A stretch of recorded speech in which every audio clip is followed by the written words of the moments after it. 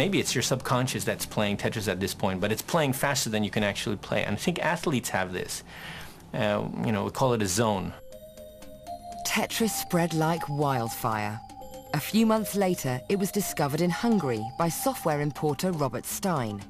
Stein went to Moscow, where he met Alexei Pajitnov and negotiated a license to publish the game.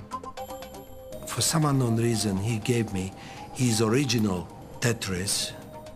It was licensed to be published on everything. That's what I thought.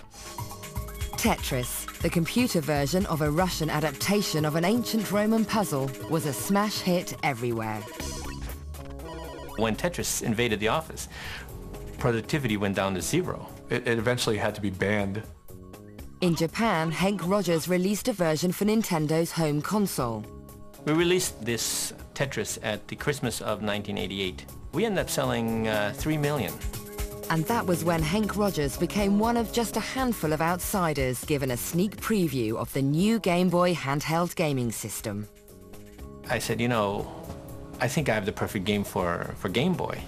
But Rogers faced stiff competition from Robert Stein to secure the handheld rights for Tetris. Excuse me, I discovered this product, so shouldn't I have it? And so I got on the next plane. Without realizing it at the time, Rogers and Stein flew out to Moscow on exactly the same day. They stayed in the same hotel, but never saw each other. The TV doesn't work. The radio doesn't work. Everybody's imagination about what it was like behind the Iron Curtain in those days. All those things were there. It was just very scary. Rogers went to Moscow knowing nothing about the Soviet Union and speaking no Russian. He knew he was looking for an organization called Elorg, and that was it.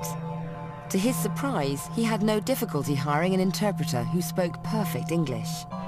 Your name is Allah. All these guys are KGB.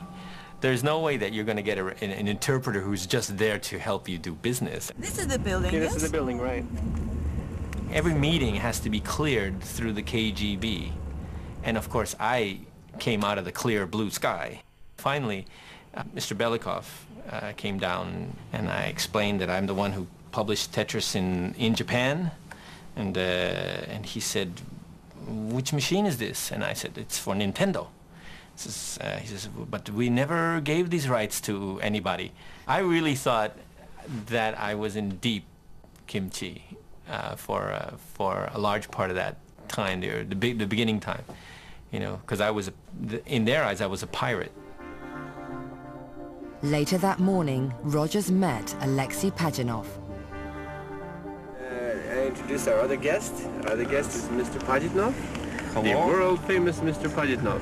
World famous, why? World-famous why? Because in the world... I am Alexei Pajitnov.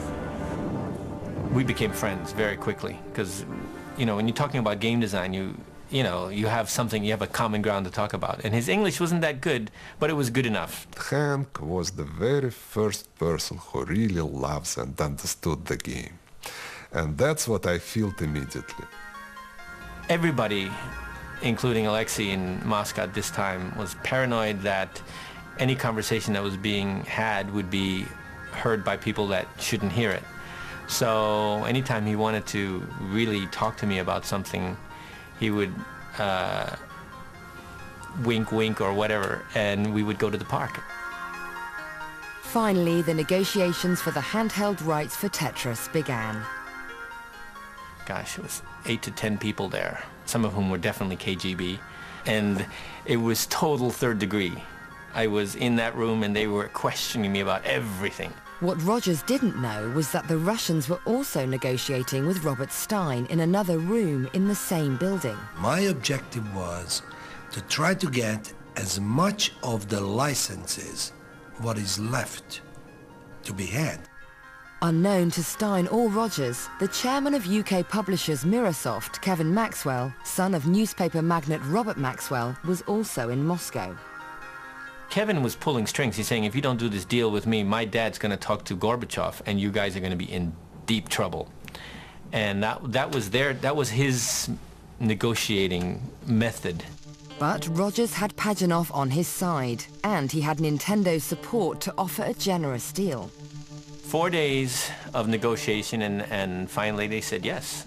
The deal was signed, and Pajanoff and Rogers celebrated in the only Japanese restaurant in Moscow. I hated him, and yet he just done what any businessman would have done, you know. Today, I have lost God knows how many millions of dollars, and I wasn't very happy about it. The biggest winner was Nintendo. With Tetris as its packed-in game, 32 million Game Boys were sold around the world. As a Soviet citizen, Alexei Pajanoff earned nothing from the game, but he became world famous and emigrated to the United States. In 1996, when the original deals expired, Pajanoff finally earned his first royalties from the game. He and Henk Rogers are now in business, selling Tetris to a new generation of gamers on a new generation of hardware.